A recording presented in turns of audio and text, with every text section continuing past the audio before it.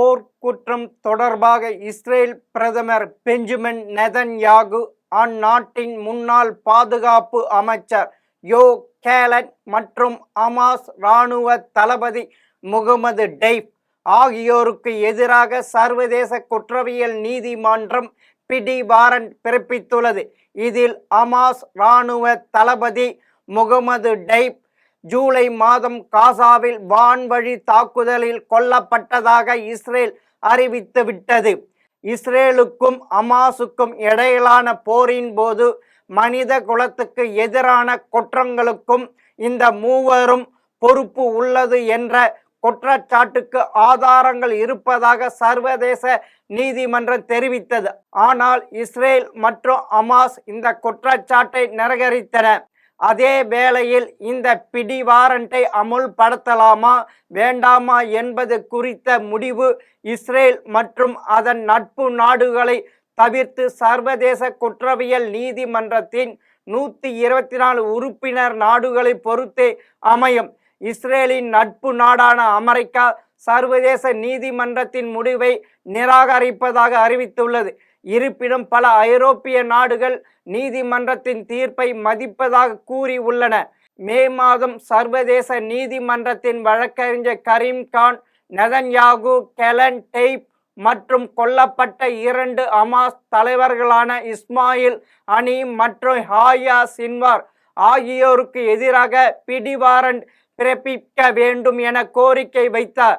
2023 ஆண்டு அக்டோபர் 7 அன்று ஹமாஸ் அமைப்பினர் தெற்கு இஸ்ரேலில் நடத்திய தாக்குதலில் சுமார் 1200 பேர் கொல்லப்பட்டனர்.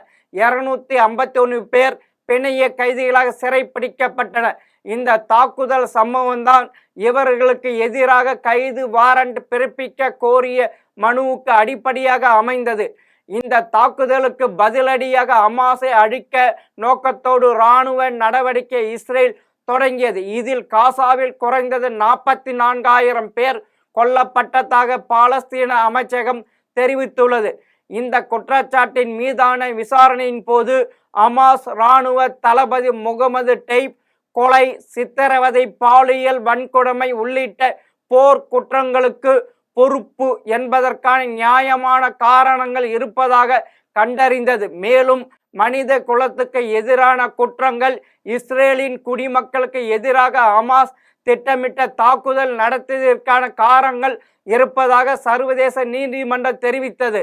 அதே நேரம் இதே குற்றச்சாட்டுகளுக்காகவும் பொதுமக்களுக்கு எதிரான தாக்குதலை வேண்டுமென்றே வழி நடத்திய மேலதிகாரிகளாக நெதன்யாகு, யோவ் கேலண்ட் ஆகியோர் கண்டறியப்பட்டுள்ளன என்று நீதிமன்றம் தெரிவித்துள்ளது. பிடி வாரண்ட் பிறப்பிக்கப்பட்டாலும் நெதன்யாகு, யோவ் கேலண்ட் ஆகியோருக்கு எந்த உடனடி அச்சுறுத்தலும் இல்லை. ஆனால் இவர்கள் வெளிநாடு செல்வதற்கு இந்த பிடி வாரண்ட் தடையாக இருக்கலாம். அதையும் மீறி சர்வதேச நீதிமன்றத்தின் உறுப்பினராக உள்ள நாடுகளுக்கு சென்றால் அவர்களை கைது செய்யப்பட்டு நீதிமன்றத்தை ஒப்படைக்க வேண்டும். நெதன்யாகுவின் சமீபத்திய வெளிநாட்டு பயணம் அமெரிக்காவுக்கு சென்றது. ஆனால் அமெரிக்கா ICC எனப்படும் சர்வதேச நீதிமன்றத்தின் உறுப்பினராக இல்லை. எனினும் இங்கிலாந்து உள்ளிட்ட நாடுகள் உறுப்பினராக உள்ளன. ஆனாலும் இந்த நாடுகள் சர்வதேச நீதிமன்றத்தின் உத்தரவை செயல்படுத்த உள்நாட்டு சட்டம் அனுமதிக்க வேண்டும். கடந்த ஆண்டு நெதன்யாகு இங்கிலாந்து சென்றார். இத்தாலி மற்றும் நெதர்லாந்து ஆகிய 2 ஐரோப்பிய நாடுகளும் தங்கள் நாட்டில் இவர்கள் யாரையும் கைது செய்ய போவதில்லை என்று வெளிப்படையாக அறிவித்துள்ளன. அதே நேரம் ஐரோப்பிய நாடுகள் சர்வதேச நீதிமன்றத்தின் விதிகளுக்கு இணங்குவதாக உறுதி அளித்துள்ளன. ஐரோப்பிய நாடுகள் இவ்வாறு கூறினாலும் சொன்னபடி கைது செய்யுமா என்பது கேள்விக்குரிய.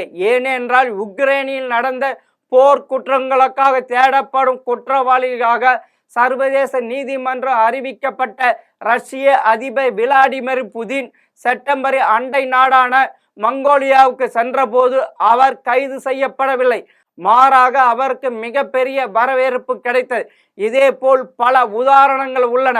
சர்வதேச நீதிமன்றத்தின் பிடி வாரண்ட் குறித்து இஸ்ரேல் பிரதமர் நெதன்யாகு இது மனிதகுல வரலாற்றில் ஒரு இருண்ட நாள் என்றும் சர்வதேச நீதிமன்றம் மனித குலத்தின் எதிரியாக மாறிவிட்டது என்றும் தெரிவித்தார்.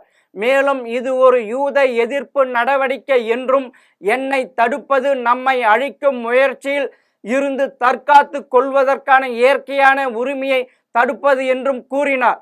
அதே நேரம் சர்வதேச நீதிமன்றத்தின் தீர்ப்பு இஸ்ரேல் அரசையும் ஹமாஸின் கொலைகார தலைவர்களையும் ஒரே நேர்கோட்டில் நிறுத்துகிறது. மேலும் தீர்ப்பு குழந்தைகளை கொல்வது, பெண்களை பாலியல் வன்கொடுமை செய்வது ஆகியவற்றை சட்டப்பூர்வமாக்கிறது என்று கேலன் தெரிவித்தார்.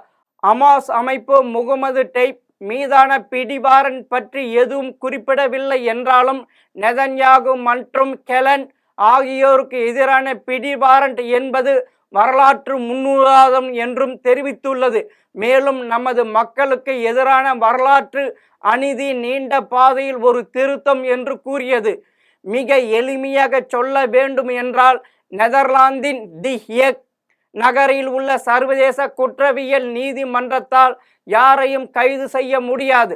அந்தந்த நாடுகளின் காவல்துறைகளுக்கு உத்தரவு மட்டுமே பிறப்பிக்க முடியும். ரஷ்ய அதிபர் விளாடிமிர் புதினை கைது செய்யாது முடியாது இதற்கு சான்று.